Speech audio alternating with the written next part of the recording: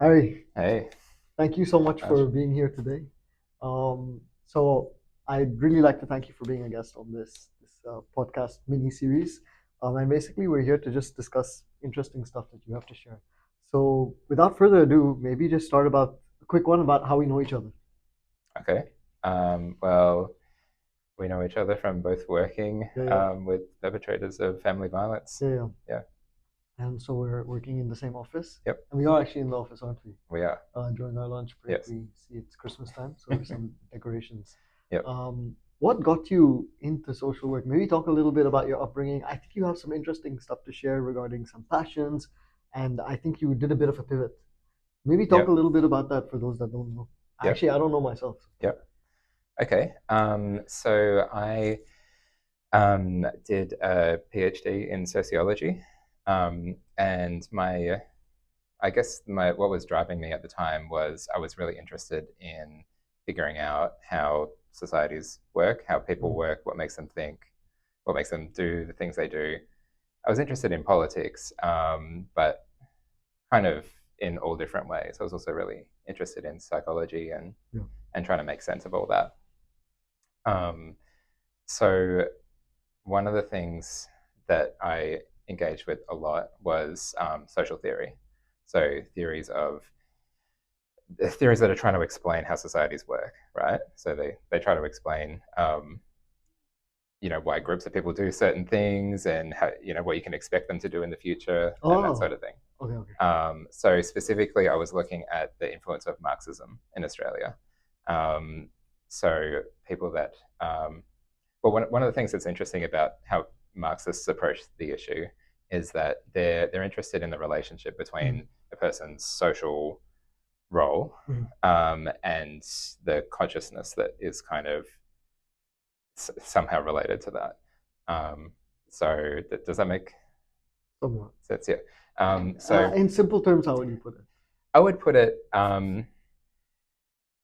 someone who is a worker, works for a boss, is part of a union, sees the union negotiating for their conditions and wages and that sort of thing, and doesn't feel a whole lot of power in the workplace outside of that, Mhm. probably has a pretty different way of understanding how the world Yeah, works yeah. compared with the boss or the CEO who spends their time focused on profit, trying to manage staff. Um, Unions are probably annoying to them. Mm. They probably have a different outlook on how the world kind of works. I see, I see. So that's something that they were interested in kind of teasing that out and Mm. theorizing, theorizing that. But that kind of reached a bit of a dead end for me because I just found that people don't really, they've got a million different ways of making sense of their lives. Mm. You can't say, oh, this group, I don't know if you've ever heard of like, oh, they're voting against their interests. Mm. You heard of this? And A like, little bit, yeah. Trump supporters Yeah, yeah, or yeah. whoever, Always. it's a lot of people have this kind of attitude that it's like certain groups of people, we can just say, oh, this would be the right choice for them. Mm. This society is better for them, whatever, these policies are better for them. And if they don't agree, you say, well, they're wrong. Mm. And I just found that increasingly like an issue over time Mm. because people really get to determine what matters to them Yeah. and their own interests. Mm. Yeah. Um, and so I found that whole attitude very problematic. And so that's how I kind of ended up interested in history because I felt like, well, you can't really, none of these theories about how people work and how society works and what gives a certain group interests, none of them really work because people can just change their minds. They can change their feelings. They change religions. Um, New cultures arise. And so I found that if you want to understand people, really all you can do is history.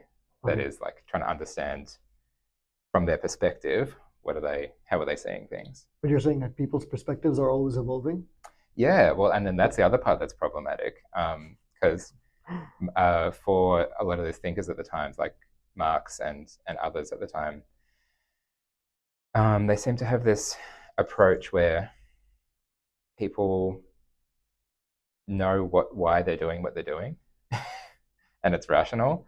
And I think the more that I've gotten into psychology, the more that it does.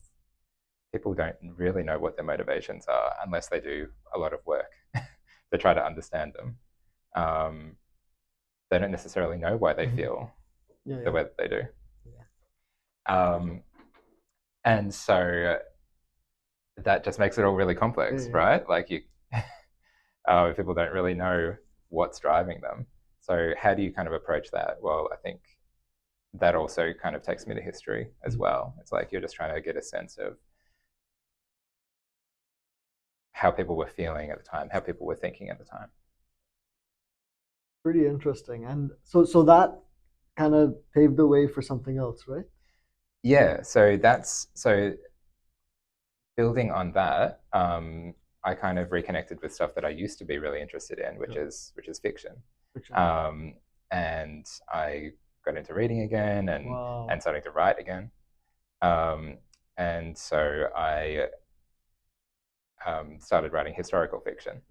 And part of how I make the link there is I think part of one of the main ways that we make sense of the world, ourselves, our lives, give meaning to our lives, is how we understand our history, like individual histories, but also like the history of the world, the history of our culture. Like it depends what you identify with, but those histories play a really big part in, I don't know, how we think, just how we see ourselves in relation to it, and what gives it meaning. And so that made me really interested in, like, for the West, like the ancient Greek myth, ancient Roman stuff. Our understanding of them has been really important in shaping, like with the Renaissance and like modern politics. It's always referring back to ancient Rome and ancient Greece as kind of like the foundational civilizations that came before. And I also really like some of the authors, like the Japanese author Akutagawa, who is a modern literary figure who's just like beautiful writing, but he did a lot of retelling like old Japanese myths, and I thought that was really interesting and just really cool, and so all of that explained to me something that I felt for a long time, which is just really, I don't know, kind of just very fascinated with the ancient Rome, and not so much the part that is often portrayed in movies and stuff, which is like the fall of Rome. It's like a lot of, I find fixation on the Roman Empire and the decadence of the Roman Empire, and as it's starting to collapse, because people are thinking about, the American, they're kind of thinking about America as like, oh, is that happening? Of course. Kind of thing. I find myself more interested in the previous, like the golden age, I guess, like the Republic, and what it was that made people feel like, so what that was like, I guess, for people. Yeah. Interesting. And that kind of led to you wanting to write a little bit of your own. Would you be able to talk a little bit about the stuff you've written? Yep. So I'm still I've been writing a novel for about 5 years. Not published. Hopefully going to be published. Really? Yeah. It's. I mean, it's. I just want to get it to be really good, so I keep reworking on it. But yeah, that's a historical fiction novel set during the Second Punic War, which is when the city of Carthage, which is part of a kind of maritime empire, they invaded Italy. And the really iconic thing that happens is Hannibal marches over the Alps in winter with a whole lot of elephants into Italy, which is like crazy. Like nothing like that's Really kind of ever happened. And yeah, is possibly what's interesting is Carthage is a merchant trading society. Most of the people that do the fighting for them are mercenaries. So it's this kind of society going up against Rome, which is mm, all citizen soldiers. They're like farmers in most of the year, and then during the summer they get kind of recruited into the legions to defend Rome. It's like an honor for them to do that, and they're just such, I don't know. It's like a clash of two really really different societies. Um, yeah, interesting. And in terms of like, when your book is going to be published, yeah. do you have a rough idea of the publishing houses you're reaching out to? Are you yet at that stage? And what does it No, also it'd take be to even do a book? What does it take? I mean, that's a to write big it. commitment, Yeah, it's bigger than probably I thought. Yeah, yeah, yeah. Well, honestly, doing a PhD helped because it's about a similar length. Mm. PhD was like 80,000 plus words. And this is, well, it's a little bit longer now, but yeah. And so what was the, What does it take to write a what book? does it take to write it? Yeah. I guess, so the thing that led me specifically to this, because originally I wrote, I don't know, half a sci-fi novel and then kind of shelved it because I didn't really Yeah. like it anymore. Um, Elizabeth Gilbert, who is the author of Eat, Pray, Love, Oh yeah, of course. I've read that book. Yeah. um, uh, and she also does like writing advice and Yeah. that sort of thing. She has this whole thing about you follow your interest, Mhm. right? So it's a bit different to follow your passion. It's like follow your interest or your curiosity, the thing that you think is kind of like, I just want to learn more about that. Um, I was, I don't know, poking around in ancient Roman history, and there was a particular battle, the Battle of Trebia, which just, I don't know, just kind of lit up for me. I just found that I wanted to like try to write about what it might have been like to be there. Um, this is, for a lot of young Roman soldiers, it's going to be their first year in the legions. Um, It's a massive deal, right? yeah, Yeah. yeah, oh yeah, yeah, yeah. This is their I mean, they have to be there, right? But they're also carrying the the possibility of kind of um, honoring their ancestors, and this is really important to them, right? They're to do their duty, which they conceptualize as kind of protecting their Rome, which is constantly under threats from neighboring different neighboring peoples. So they get recruited, and then they go south for a little bit because they think that they're actually going to go to Carthage. But then Rome, the Senate realizes that Hannibal, who's the general, has managed to get into north of Italy. So they rush overland into the north, and it's midwinter. It's snowing. It's like crazy weather. First thing in the morning, they don't even have breakfast. They get marched out across a river that's like swollen from the snow and stuff, coming down from the Alps. And they just face this general that is probably still the best, like, most skilled general that's ever existed. What Um, made him skilled? he he just seemed incredibly good at psychological warfare. He Oh, always knew how to trick the Romans. So he actually and he had incredibly loyal people as well, even though a lot of them were mercenaries. He had, and from different places, speaking different languages, really, really interesting kind of like collection of groups. Um, he had some of his best people hide out in midwinter. This is in northern Italy where it's snowing, um, in these like just kind of like the like alongside the banks of rivers. So the Roman army basically marched like pretty much over the top of them and didn't notice them. oh my gosh. Yeah. So this is the ambush. It's almost like a movie. Yeah, it's crazy. And then the elephants roll in.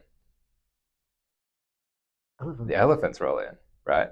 There's Hannibal has elephants with Oh, elephant trainers from India, like riding war elephants war down from elephants. the Alps, and the Romans are like, That's crazy. "That's crazy." I mean, Yeah, I've heard of horses being used in warfare, but not no elephants. This is elephants and the horses were they had probably some of the best cavalry at the time as well. They were from northern Africa, Numidians. wow. Um, yeah, the Numidian cavalry, and they were like super fast, super agile, would just kind of come in, throw a spear at you, and then ride off. Wow. And the Romans just couldn't deal at all. So they basically got almost totally like the core of the Roman heavy infantry managed to get out, but only by leaving behind like half the army, which just got slaughtered. And this was just an incredible shock to them And a massive blow. and a massive blow. Yeah, yeah. And then there's more. Basically, Hannibal in each engagement, the Romans raised like another legion, like multiple legions. They try to get him in some new way, and he just outsmarts them, outclasses them, just kind of destroys them. So I'm kind of writing from the perspective of a soldier that's a Roman soldier living through this. So it's a lot about not so much about victory. You know, like a lot of our stories are kind of like about the hero's journey and the kind of the outward victory. I wanted to write a story about if you're being forced into this asymmetrical fight with someone that is just so much more experienced, so much more dangerous than you are. How do you survive that? How do you make sense of that? How do you continue to even try? Yeah. So that's the core of the story. Wow. Yeah. That's fascinating. And hopefully when it's out, Yep. I will actually put in the caption of this video, the link to purchase your book so other people can also maybe check it out and hopefully also make a purchase. Thank you very much. And speaking of historical fiction Yep. books, for those that might be interested in historical fiction or Yep. learning more about it, what books would you recommend? A couple of the favorites. Wow. Okay. So I really like, and this is kind of like in now going into pretty different genres. Yeah. I quite like Liz Gilbert's The Signature of All Things, which is about the discovery of evolution. But it's really, really well written, really, really cool story. And she followed a similar path there. This is where she gets her idea of following your curiosity. It was through gardening and different plants and stuff like that, and how that was part of the discovery of evolution. Another one, Umberto Eco's The Name of the Rose is a really interesting, totally different kind of one, and that is set in it's set in a monastery in, gosh, I don't even know what century, like several centuries ago, and it's kind of a murder mystery, but it is really it was part of a new wave of historical fiction in the, I don't even know what, like the 70s was it, or the 80s? Okay. Yeah, that one's really cool as well. Yep. One more? One more. Oh, I don't know if I have another one like that on the tip of my tongue. There's heaps of. Okay. Yeah. Basically, two good book suggestions. Yeah, those are. I could come up with another one, but yeah, not right now. Yeah. Okay. Yep. Awesome. Yep. So excited to hopefully check out your book. And also, you talked very briefly about PhD and how I guess that kind of paved the way for you to also like have that confidence in being able to write. Definitely, length. You really get that experience writing at length. Of course. Because the difference between writing a short piece and writing something that is that long, it just kind of multiplies exponentially. Yeah. Yep. Would you be able to talk maybe a little bit about your PhD, what the experience was, the topic? I'm guessing it wasn't in history, unfortunately. Well, it was. I mean, it kind of was, but I ended up. So I started with the question of, okay, Marxists have these theories of social class. Have people tried to apply them to Australia, and how did they go? That was kind of my starting question, and then it ended up being an intellectual history of the 70s and 80s, Mm-hmm. where lots of different student activists that were influenced by Marxist ideas at the time Mm-hmm. in the New Left then got into all these different academic positions that were expanding at the time. So there's people going into history and politics and political economy, and they're all coming up with different ways of um, I guess, drawing on different aspects of Marxist theory and trying to apply it with different Mm-hmm. degrees of success. And I guess my argument was that the most popular of these, which is kind of the only one that is still talked about at all, didn't do as good a job as the authors think that they did of really, really grounding and justifying their analysis of class in Australia. I felt like they were still assuming a lot.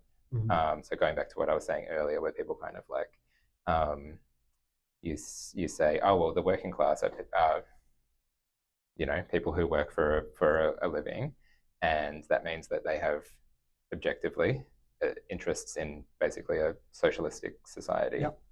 and then um, kind of that's the extent of your analysis, really. Then you just look at what they do, and if they don't seem to be very Marxist, then you need to explain why they have the wrong ideas. Mm-hmm. And yeah, I found all of that pretty problematic. And so I guess I was arguing that the most prominent of the kind of attempts to look at Australian history and say, oh well, these are the different social classes. Here you can see them doing different things. I thought they didn't do as good a job as they kind of claim. And then I was looking at some other people that were doing some stuff that was a bit more creative, and suggesting that some of the things that they looked at was kind of interesting, but ultimately still a bit held back by the Marxist framework that they What do had. you mean by creative? Like, okay, what's an example? Um,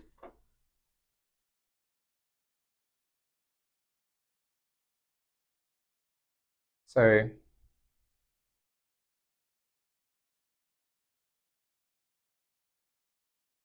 if I can give it actually a good example off the top of my head, because it's been a little while since I looked at it. I would say going outside. So there's certain like Marxist theory, like I said, if someone works for a living, then therefore these are their kind of interests. Um, and then some other people, they just test the limits of that a little bit. So they organize. Uh, I don't know if I can do that in kind of like a short, succinct kind of way, but they they kind of push the boundaries, I guess, of the theory, but they don't break them.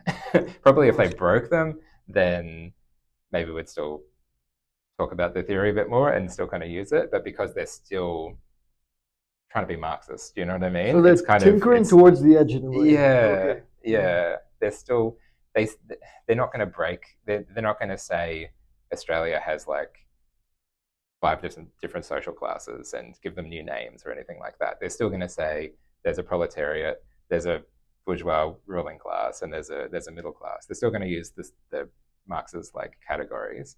Um, they might encounter some issues, and kind of have some interesting ways of like thinking about the issues, but they're not actually going to take that next step and kind of do something totally new, I guess. Mm. So yeah, I don't know. That's I guess. So what I was doing was trying to develop a way, like a bit Yeah. of a way of people who are not necessarily Marxists to come in and engage with this stuff and find what is interesting about it. Because there's lots interesting that's written about like mining communities in Australia. Mm-hmm. Um, and Towards the western part of Australia. actually, the ones I'm thinking of are more like New South Wales coal mining towns. Yeah, Okay. but that's just the ones that I'm Yeah. thinking of.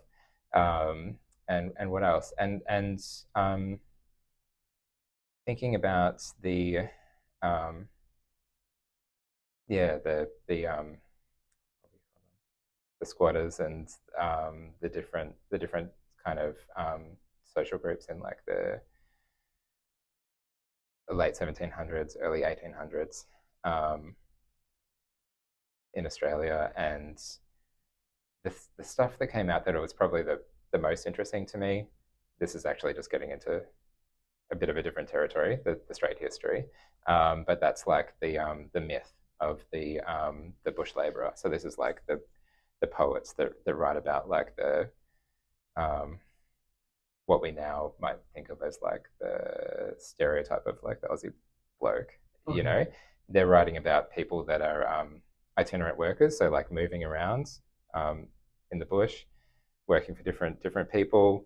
There's a whole kind of like culture associated with that, a little bit unionist, and but the people writing about that is not them. It's people in the cities looking at them, right? And thinking, oh wow, that's interesting. that's, Mhm. that's that's that's magical, and then creating a whole, like writing poetry about it and all of this stuff that then comes down to us as like, yeah, as myth, Mhm. and kind of defines what a lot of people think of an Australian being like and that sort of thing. I feel like this kind of historical analysis is more, I don't know, I don't want to say like more important, but it's less coming up with a genius idea in my brain and trying to impose it on reality to like explain as a theory of everything, and more like looking into the history and seeing these moments um, where culture is created. Yeah, Beautiful.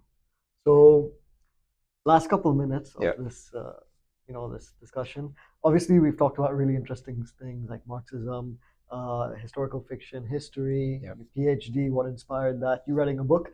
I guess last couple of minutes, I want to maybe touch a little bit on social work. Sure. Maybe Yep, the work that you do. Maybe yep, you can talk a bit about the work you do, and maybe the work you've done, yep, and your plans for the near or long term future. yep. What are you thinking? Yep.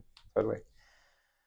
Um, okay, so I guess my feeling being in history was a bit like um, nobody thinks this is important. I think it's cool, but the funding's not really there. Yeah. Everyone's always telling you like, you've got to write about something that you can convince people that is like urgent, right? Mm. My reading of history is going to like be as impactful as a new discovery relating to cancer. Yeah. You know, um, so you kind of feel like you're really fighting to justify your own existence, no matter the quality of your work, really. And so you're always, so that's kind of always there, I guess. And then coming into social work, all of that social theory informs what we do. It helps us to understand, have a kind of broad brushstrokes understanding of a lot of the different groups that are existing in, the society, um, historical dynamics, like cultures around gender, that sort of thing. But then social work is like kind of on the extreme end of actually applying some of that in an individual way. So yeah, working with people who have been um, subject to family violence in a really kind of gendered way. Um, Having all of that background definitely helps me to make sense of it and make sense of the patterns, do risk assessments, um, including with like in family dynamics with Mm. children, and all that sort of thing. And what I find about social work is that you can really, I mean, different parts of social work, you're going to get more of this. Doing the long term therapeutic work, maybe you see more results. But even here, you're at least engaging with people, and making a difference in people's lives. For sure. It's So challenging but rewarding. yeah, Yeah. exactly. Um, so yeah. And what comes after Oh, the this? future. Mm. Well, look, I would love to kind of bring all these things together, right? I would love to, or at least some of them, um, you know, do more research, but I've got more context to do it here. Um,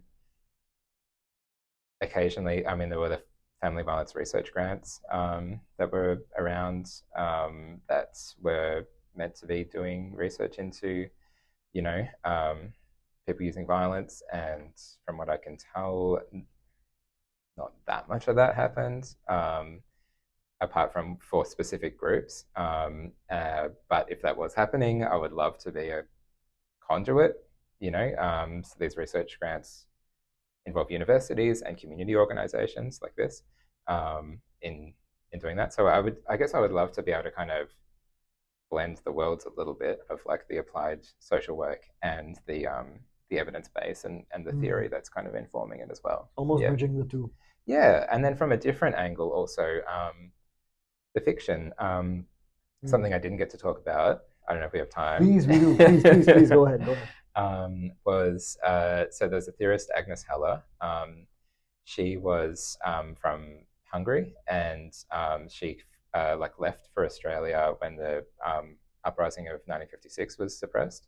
And so she's come to Australia and worked with my PhD supervisor. Oh wow. So I've been exposed to her stuff a fair bit, and she's written about the historical novel from an academic kind of perspective. And one of her concepts that I found interesting is she says modern societies have this tension between the technological imagination, which is like science, progress, the future.